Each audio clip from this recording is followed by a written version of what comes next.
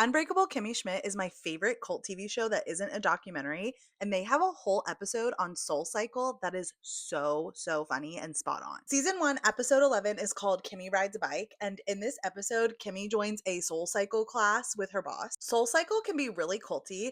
In her book Cultish, The Language of Fanaticism, author Amanda Montell uses Soul Cycle as an example of a group that has like very cult-like language, and this episode shows that and a lot of other aspects of Soul Cycle that are really culty. Besides just the word salad spiritual language the instructor uses in the episode, he also uses an intense, like, come here, go away attitude and a hierarchical structure in the class that make all of the class members want to push themselves harder and win his favor. It gets to the point where Kimmy is so invested, she's going all the time, and she also ends up doing Soul Cycle in her living room. And Titus, her roommate, is actually the one that points out that she might be in another cult. And when that happens, Kimmy Schmidt actually says something that a lot of cult members say when you try to point out they're in a cult or a very cult like group.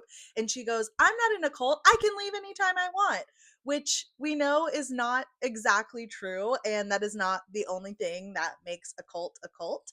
Some cults are more high control than others and are harder to leave than others, like a Soul Cycle class. This is also the episode where Kimmy's captor, the Reverend, starts his trial for kidnapping Kimmy and the other mole women.